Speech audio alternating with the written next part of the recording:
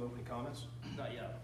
Really excited about this recruiting class. I think we all know that recruiting is about filling needs, and I felt like we were able to address a lot of those needs. 11 mid-year enrollees that will be able to be here for spring practice. We're able to address needs at every position. I thought we did a really good job of getting some junior college players in here, 2 in the secondary that will be here for spring practice. First round first team All-American defensive end that can be here for spring practice. 2 quarterbacks that will be able to be here for spring practice. Huge needs in the O-line and a wide receiver, able to address those. I thought Coach McNeil did an unbelievable job with the offensive line. And then I was signing a junior college wide receiver that could come in and give us some immediate help there with some guys leaving. But overall, being able to sign 25 guys, 16 of which are from the state of Mississippi. We all knew the 19 class was really, really good. But to sign 16 guys from Mississippi, really, really proud of that. And, and again, a lot of really, really quality young men in this class and excited about it. I think it's a huge step toward rebuilding this program and having the opportunity for the first time to get back to 85 scholarships. So looking forward to it. All right, we'll take questions. We'll start with Nick in the front. You talk about getting back to 85. Was depth the main thing you were looking for in this class? Just being able to get as many bodies that fit what you need in the program? Sure. I think the typical signing class is 25, but we're able to have 30 to 32 in that range, depending upon what you do with some guys on your team currently. But it's a big class, and it does give you the opportunity to build that depth that you need. And that's the thing, as you look at the quality of this signing class, you see every position get hit and hitting needs at every single position. That's a huge thing. And a lot of these guys have been committed for a long time. That's what you don't want to forget. You don't want to forget about the big battles that you won in the summer. All those things. These guys have been committed, stuck with us throughout the whole time, and a lot of really, really quality depth in this class. Questions?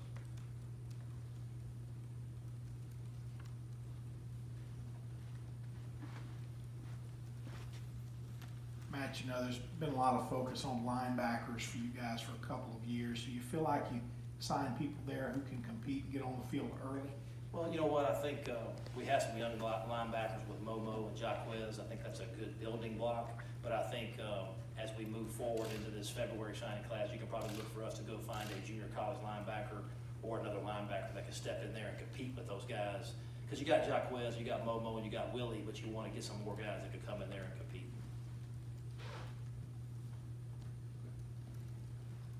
Matt, what are you looking for February? I mean, you just kind of addressed that, but defensive players, I would think more maybe than offensive players. Yeah, I think probably 2 spots in the D line, 1 spot at linebacker. I think that'll be important. You probably want to look at 1 more receiver, maybe 1 more running back. But I do think that 2 spots in the D line and a spot at linebacker will be critical. And that's the good thing about this early signing period is you have now you can focus in and you can lock in and you can go get those guys. And I think we'll have a couple of guys that are committed that will sign in February, but you also can narrow your focus and go after your needs, which is good. Questions? You have 2 signees, Matt, from Tupelo High School. Can you comment specifically on what you expect from Jordan Jernigan and Tay Stanford? Yeah, I'm really, I mean, first of all, great young men, great families.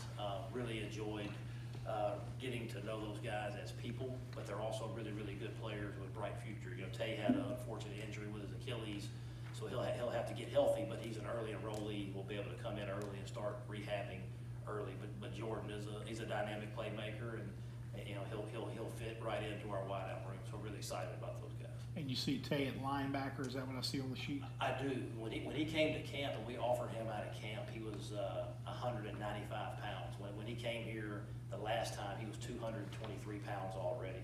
So you're looking at a long, athletic linebacker that's going to have a bright future. Questions? Going back to looking ahead to February, Do you plan on being involved in the graduate transfer market at all and looking into that sort of thing, or are you mostly No, involved? I think you're always in that market. You know, you're kind of the best available to fill needs. And so I think you'll always be in that market at certain positions, and we will be as well.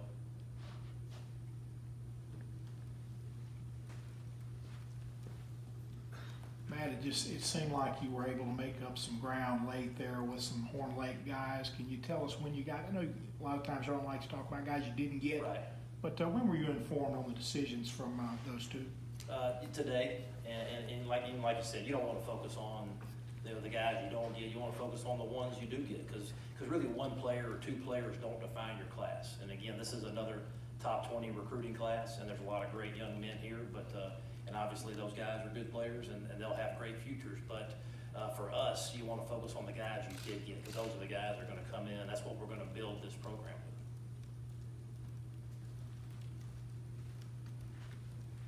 with. I know it's early, but does anyone stick out immediately to help y'all on the defensive side immediately next year? Yeah, I mean, you say the junior college guys for sure, because that's why you sign them. You sign them to come in and help immediately. So Jamar and Jonathan, from Jones, I think they can come in and make an immediate impact. Obviously Sam, being a really, really good pass rusher, I think those guys can come in and help us immediately. You take Drummond, who's another first-team All-American junior college receiver, that can come in and help immediately. So when you say immediate needs, you look at the junior college guys, because that's why you're taking them. Well, I was gonna ask you, even though today is a signing day, it kind of ties in, do you want to comment on your offensive coordinator search? Yeah, it's been, obviously these last 3 weeks you're going in and you're recruiting, and my focus was on the DC and recruiting, and now my focus can kind of shift to that offensive coordinator and get the right fit for the program. And it's a great opportunity for me, because you saw I think the improvement you see that you're going to have with Mike McIntyre, and you're going to see a very similar improvement on the offensive side of the ball. So it's an opportunity for me to get back. We're getting back to 85 scholarships. I can put my stamp on this program, and I'm really, really excited about the opportunity to do that, to have coordinators in here that I'm picking, that I'm hiring, and create that culture that we're looking for. Do you expect Dennis Jackson to be somebody who could come in and make an impact early, or do you see him as probably going to be somebody who may end up redshirting? I think Dennis is a very dynamic player, so I think he will have a role early just because of his speed and his explosion. I think as far as punt returning, kick returning, speed sweeps, receiver, he can do a lot of different things, and he's very, very dynamic, and definitely one of the top 2 or 3 wide receivers in the state for this class and in the country. So I'm really, really excited about that. What about Jaden Jackson? Jaden, same thing. Jaden is a very, very fast 10-6 100-meter guy, very, very long, very good receiver, so very, very explosive. And again, I thought we, did a very, very good job at, signing wide receivers to come in and replace the guys that left.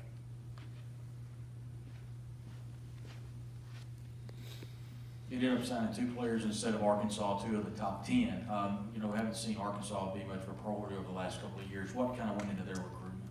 You know what, I think, I just think the interest early, we're able to get them on campus, and very, very excited. I mean, when Darius walks in here, Thomas and the Jay Jackson, the 2 players he's referring to, they are very, very talented guys. Darius, he looks like you're supposed to look, and he's got a bright future, and I think he's going to be a big time offensive tackle, so very excited about it. I think he's kind of, for whatever reason, flown under the radar, but he is a really, really good-looking young man from a great family. I'm excited about him.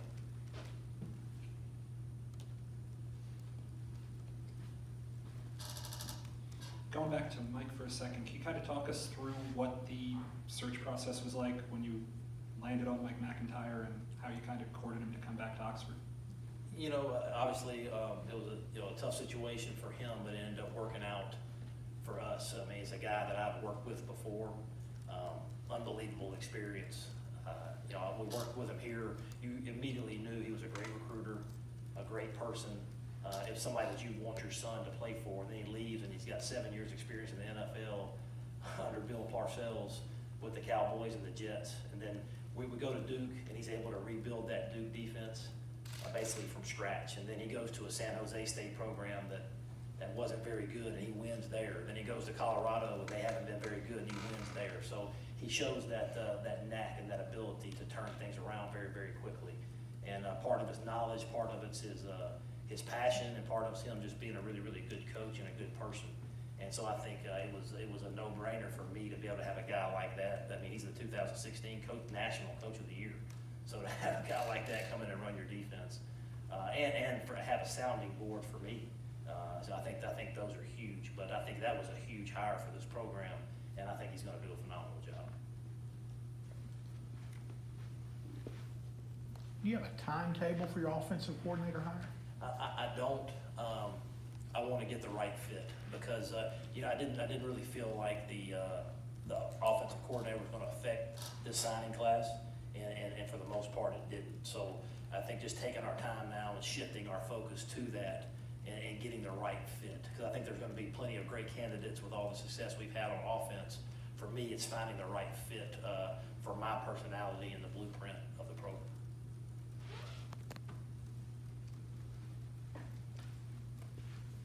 At least in the January capacity, it appears you may have striked out in Memphis again.